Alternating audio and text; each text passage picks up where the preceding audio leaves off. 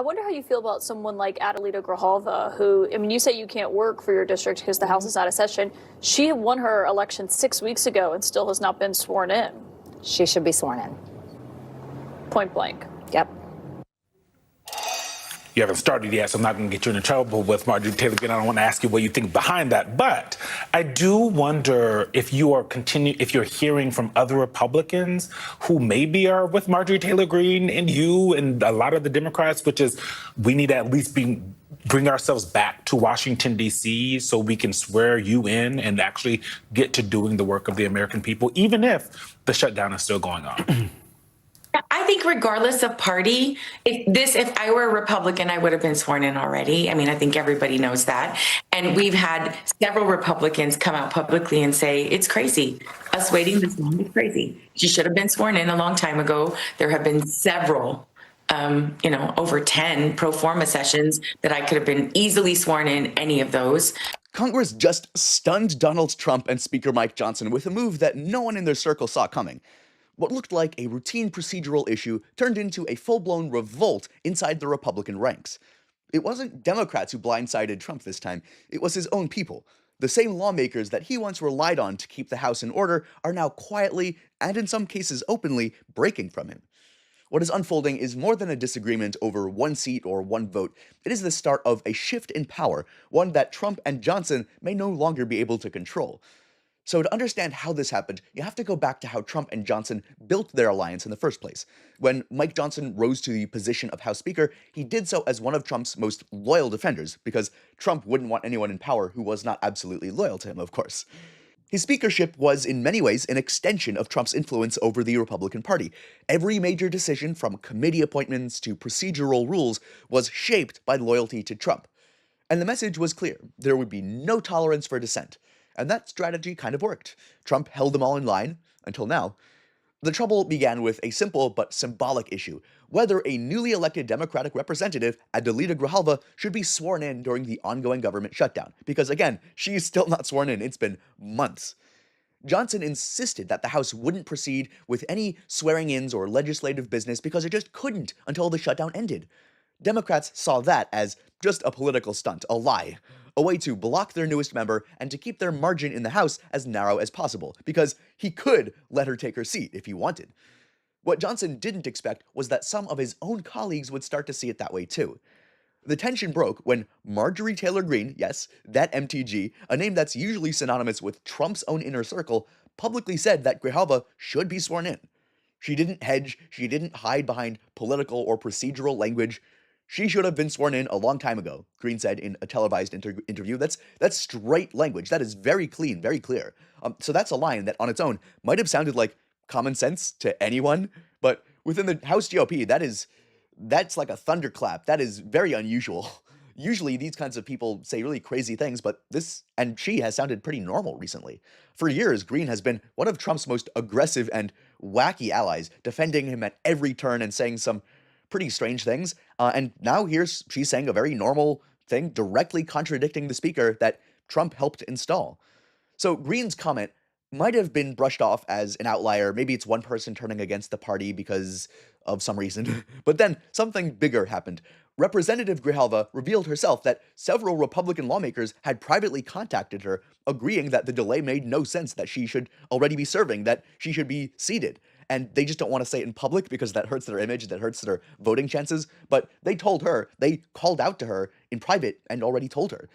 But specifically, one person is not working, and I want to talk to you about this because Speaker Mike Johnson continues to defend his decision not to swear in Democratic Congresswoman-elect Adelita Grijalva of Arizona following her special election victory nearly a month ago. The Republican speaker was pressed about it once again over the weekend.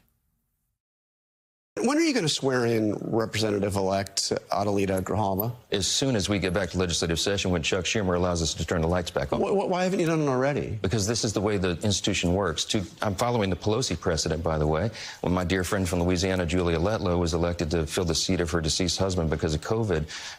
Nancy Pelosi took 25 days to swear her in. By the way, are you saying? Let me stop you. Are you saying that Nancy Pelosi refused to swear her in earlier? No, I'm saying that's my very point. Is this is the normal my process. understanding is that was the date that actually the representative-elect Letlow at the time requested. She had obviously her. Okay, here's some more examples, okay? No, but wait a minute. You mentioned the Pelosi precedent, but Pelosi didn't delay that. Let me give you more. So that detail changes everything. It meant that Green wasn't acting alone. She's just the one who always says what's on her mind out in public, I guess. This means that Trump and Johnson's strategy of using procedural control as a loyalty test has begun to backfire. The wall of unity they built around themselves suddenly looks a bit more fragile. There's more dissent in the ranks. For Trump, loyalty is everything. His political machine depends on it. Every endorsement, every primary challenge, every committee fight, every one of them is a test to see who is with him and who isn't. So that's why moments like this sting so much for him. It's not just that Green spoke out, it's that she gave permission for others to question him too, and they started speaking out, at least privately. The silence that used to hold his coalition together is slowly cracking. Once lawmakers see that dissent no longer guarantees political suicide and that they're allowed to disagree with Trump, they can start to act in their own interests and the actual interests of their constituents and their voters. And that is the beginning of the end for any political stronghold built on fear. Johnson's own role in this crisis reveals the pressure that he's under. Since becoming Speaker, he's had to balance the impossible, keeping Trump happy, holding together a razor-thin majority, and trying to present this image of competence to the public. The shutdown has already tested him and kind of broken that image. Each day without any sort of progress has completely eroded his credibility, and this rebellion inside his ranks only makes him look even weaker. Every news cycle that mentions Green's break from Trump reminds voters and donors that the speaker no longer controls his conference and that people disagree with a lot of what he represents. And Democrats, in the meantime, have seized the opportunity to highlight that dysfunction. They've pointed out that Republicans are now turning on one another over basic duties like swearing in elected members. With Democrats emboldened by this week's election results, President Trump continues to try to shift the blame for the longest ever government shutdown, continuing to demand that Senate Republicans kill the filibuster to end this shutdown.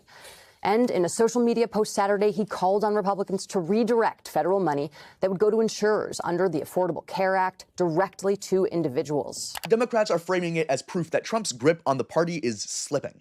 For them, the spectacle of a fractured Republican House is a gift heading into the election year. It reinforces their argument that Trump-era politics isn't just extreme, it's unstable, and it can't continue if the system wants to actually exist sometime in the future.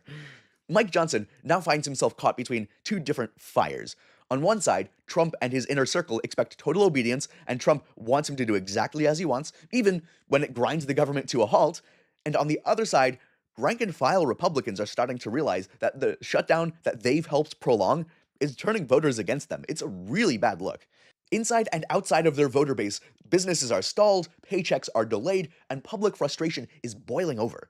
Johnson knows that continuing to hold the line for Trump risks branding the entire GOP as a party that can't govern. But breaking ranks also risks Trump's wrath, and for many in his caucus, that is still the greatest fear. It's a political trap with no clean way out, but that's the trap they put themselves in by being Republicans and obeying Trump in the first place. Now, this is a key issue right now in the way the White House is looking at the Epstein scandal. The fear is that Ghislaine Maxwell can tie Donald Trump to the details of what Trump and Epstein called the Pussy Committee.